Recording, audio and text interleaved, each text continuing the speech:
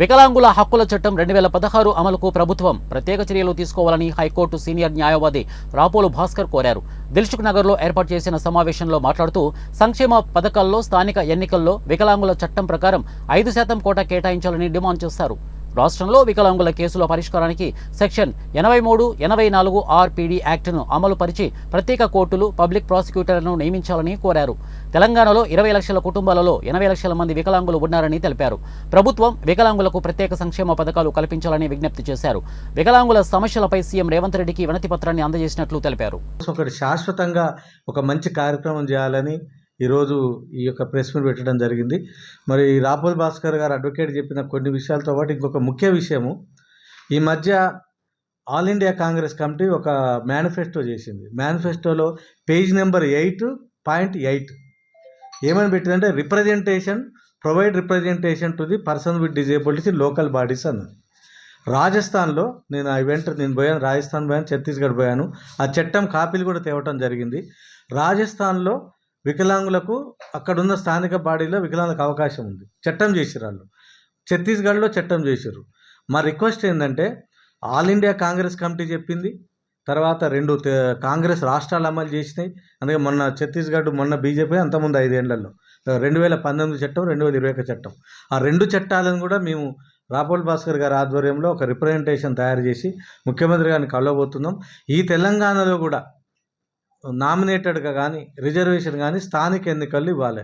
ఎందుకంటే 12,700 గ్రామ పంచాయతీలు ఉన్నాయి, 580 పైన మండలాలు ఉన్నాయి, 32 జడ్పీటీసీలు ఉన్నాయి, జడ్పీలు ఉన్నాయి. ఇంట్లో జడ్పీటీసీలు, వార్డు మెంబర్లు, మున్సిపల్ చేస్తే దాదాపు 5,000 మంది ప్రజాప్రతినిధులు అవుతున్నారు.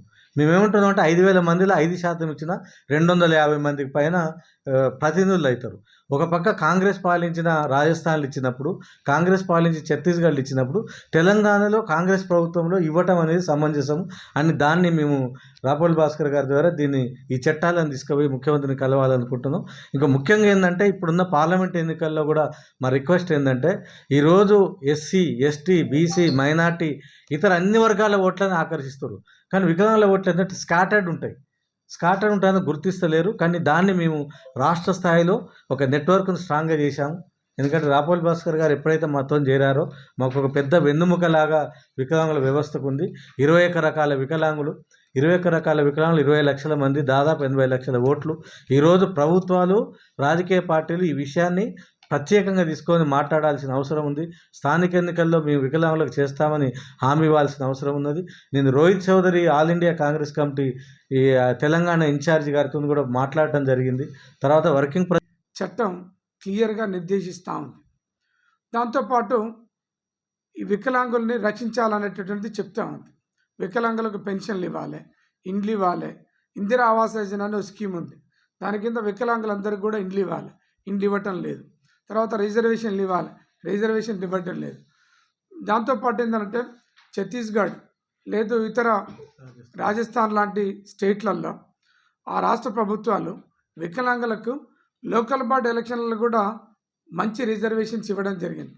మున్సిపల్ ఎలక్షన్స్, గ్రామ పంచాయతీ ఎలక్షన్లు, మండల పరిషత్ ఎలక్షన్లు, జిల్లా పరిషత్ ఎలక్షన్లు, ఈ రిజర్వేషన్లలో కూడా 5% రిజర్వేషన్స్ ఇచ్చి వికలాంగుల్ని అక్కడక్కడగా ప్రజాప్రతినిధులుగా ఎన్నుకుంటున్నటువంటి పరిస్థితులు కనపడతా ఉన్నాయి. అందుకనే కొత్తగా గతంలో ఉన్నటువంటి ప్రభుత్వం గత 10 సంవత్సరాలుగా రాష్ట్ర వ్యాప్తంగా ఉన్నటువంటి 20 లక్షల మంది వికలాంగుల్ని ఏనాడు పట్టించుకున్నటువంటి పాపాన పోలే.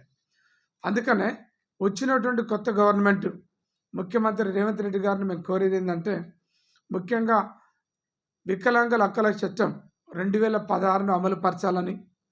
దాంతోపాటు ఏంటంటే వికలాంగులకు చాలామందికి కొంతమందికి ఆస్తులు